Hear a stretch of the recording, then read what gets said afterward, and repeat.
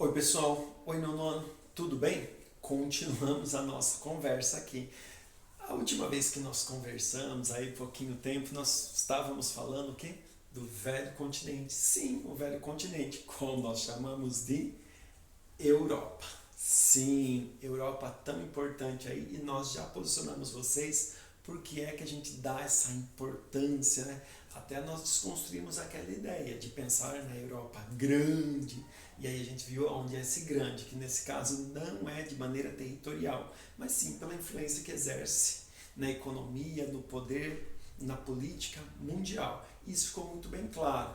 Posicionamos vocês quanto à localização, então eu falei para vocês, a oeste a gente tem aqui o Oceano Atlântico, ao norte a gente tem o Oceano Glacial Ártico, ao sul aqui o Mar Mediterrâneo, a África, e a gente tem a leste a questão do continente asiático. Beleza, conversamos a respeito disso. Hoje eu preciso falar de algumas coisas relacionadas ao relevo. Tá, relevo, quando eu olho, eu vejo o quê? Relevos. Os relevos, eles podem ser divididos, ou eles são ou eles são planaltos, o plano no alto, ou eles são o quê? Depressão. Inclusive, quando alguém está deprê, a gente costuma falar que está para baixo. Pois é, de uma maneira geral, a Europa ela é caracterizada pelas suas planícies. Porém, mais ao sul, nós temos o que nós chamamos de dobramentos modernos. Vamos lá, o que seria dobramentos modernos? Vocês, no nono ano, gente inteligente, gente que sabe das coisas, sabe que, além de América, África, Europa, Ásia, Oceania, Oceano Glacial Ártico e Oceano Glacial Antártico, quando vocês olham dessa maneira, mas se vocês perceberem, o mapa mundi também ele é dividido por o quê? Pelas nossas placas tectônicas. Tá, que placas tectônicas? Isso, lembrou quando vocês estudaram deriva continental? O que era deriva? Aquela possibilidade que a gente verificava que o planeta, ali nós tínhamos apenas um só continente, que era a Grande Pangeia. Posterior à Grande Pangeia, nós percebemos o quê? Que nós tivemos um processo em que se fragmentou e afastou.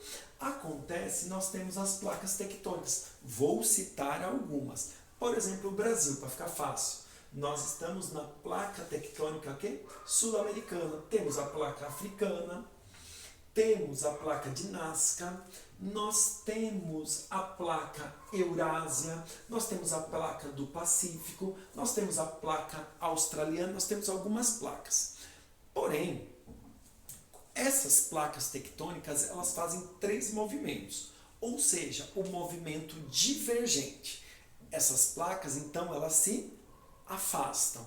Só que tem um outro movimento que é o transformante, transformante, e nós temos um movimento que é o convergente.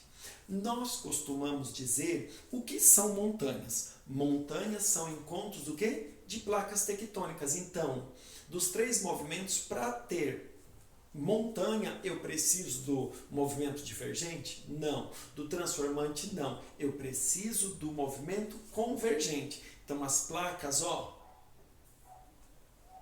Então, as elevações, as quais a gente chama de dobramentos modernos, na verdade, nada mais, nada menos do que encontro de placas tectônicas de um movimento que é o que nós chamamos de convergentes. Beleza. Acontece que na Europa, quando a gente fala de relevo, a gente fala de montes, montanhas, a gente tem alguns que nós precisamos citar.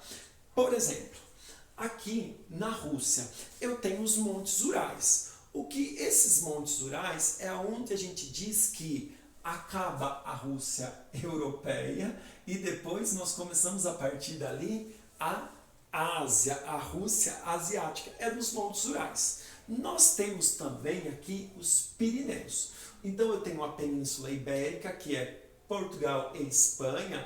O próximo país é a França. Então, entre a Península Ibérica, que é Portugal e Espanha, eu tenho ali os Pirineus. Então, os Pirineus, essa elevação ali, que separa, por assim dizer, a gente chama ali Pirineus. Então, é o que separa a Península Ibérica e a questão da França. Nós também temos o Cáucaso, que é onde? É a separar, fica aqui próximo ao Mar Negro e o Mar Cáspio. Então, que países eu tenho ali? Eu tenho Geórgia, eu tenho Armênia, eu tenho Azerbaijão, Turquia. Então, por ali você vai encontrar o quê? O Cáucaso. Só que eu também tenho, no leste europeu, eu tenho o que chamam os Carpatos. Ah, professor, leste europeu, posso lembrar do período de Guerra Fria, quando uma parte do leste europeu era alinhado às questões soviéticas? Perfeito, se você fez essa associação, perfeito. Então, só lembrando, olha só quantas coisas a gente tem aí. Nós temos os Urais, nós temos os Pirineus, nós temos o Cáucaso, nós temos os Carpatos, enfim, eu estou destacando esse, porque eu poderia também falar sobre os Alpes, e aí nós procuraríamos lá pela questão da Suíça, entre outros lugares. É só para a gente mencionar para você a questão, quando eu falo para vocês, de relevo. Tenho planície? Tenho. Tenho elevações? Tenho também. Acontece, de uma maneira geral, a Europa é planície, mas mais ao sul eu tenho o que nós chamamos de dobramentos modernos. Então ali também tem as atividades, a gente pode colocar próximo ali das placas tectônicas, a gente tem a questão sísmica, a gente também pode encontrar por aí questões vulcânicas. Beleza? Ótimo. Acontece que eu gostaria também de lembrar de alguma coisa relacionada a clima. Só que quando a gente fala de clima, a gente está falando de Europa, eu preciso lembrar de algumas coisas. As maiores incidências de raios solares, elas estão aonde? Aqui próximo à linha do Equador, ou seja, lá onde a latitude é zero. Latitude zero no Equador. Do Equador eu vou de 0 a 90 norte, 0 a 90 sul. Então eu tenho ali, depois da linha do Equador, que é onde eu marco zero, eu tenho a questão do Trópico de Câncer e eu tenho o Trópico de Capricórnio. Depois, ao sul, eu tenho a Antártida, no norte eu tenho o Ártico. Porém, quando eu falo de Europa, eu não tenho como relacionar Capricórnio, não tenho como relacionar Equador e eu também não tenho como relacionar o Trópico de Câncer. Ou seja, nenhuma dessas linhas imaginárias elas vão passar pela Europa. Então, onde fica a Europa nessa questão climática? Então, eu tenho o Oceano Glacial Ártico, eu tenho aqui a Trópico de Câncer, então, mas que também não vai passar sobre a Europa, então eu tenho numa zona temperada. Por que zona temperada? Eu tenho o frio, o polar vindo do Ártico, e eu tenho esse calor irradiado pela questão dos trópicos, então eu tenho uma questão ali temperada. Lógico, vamos ser inteligentes. Tem uma parte mais polar, tem uma parte mais polar que vai ter a questão da tundra. Tem uma questão mais relacionada à fria aqui, e eu tenho as florestas coníferas. Tá, mas eu tenho alguma coisa aí no temperado? Claro que eu tenho as florestas caducifólias. Só que eu também tenho um semiárido, que é mais próximo aqui, ó. Então eu tenho a questão dos estepes, e eu tenho a maquis, que é aqui no Mediterrâneo. Então eu não teria na Europa um único, exatinho clima também fechado. Eu preciso saber aonde está relacionado esse país. Beleza?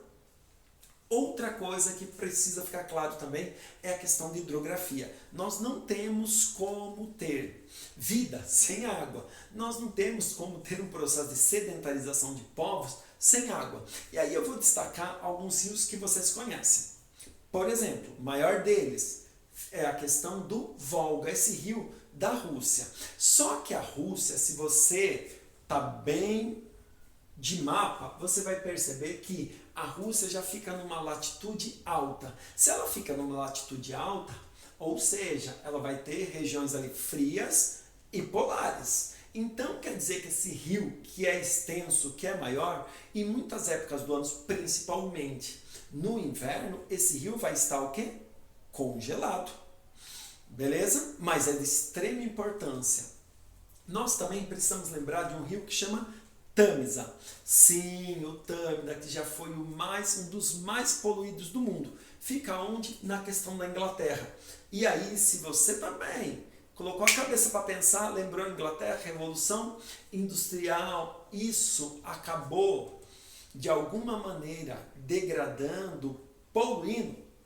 Perfeito. Conseguiram fazer o processo de recuperação desse rio?